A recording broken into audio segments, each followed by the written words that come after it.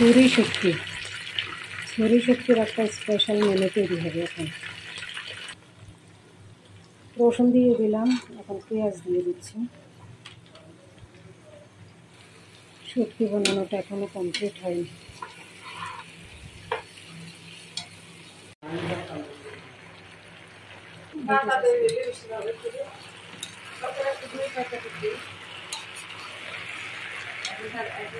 ভুলে গেছি আমি,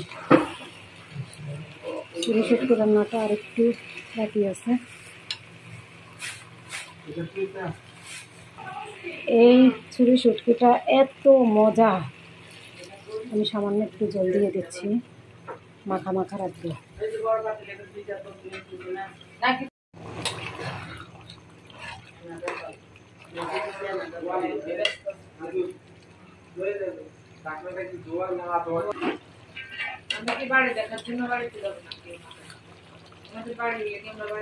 এখন ধনিয়া পাতা দিয়ে দিব। শুটকি বোনা কমপ্লিট। এটা হচ্ছে ছুরি শুটকি, আলু এবং টমেটো দিয়ে।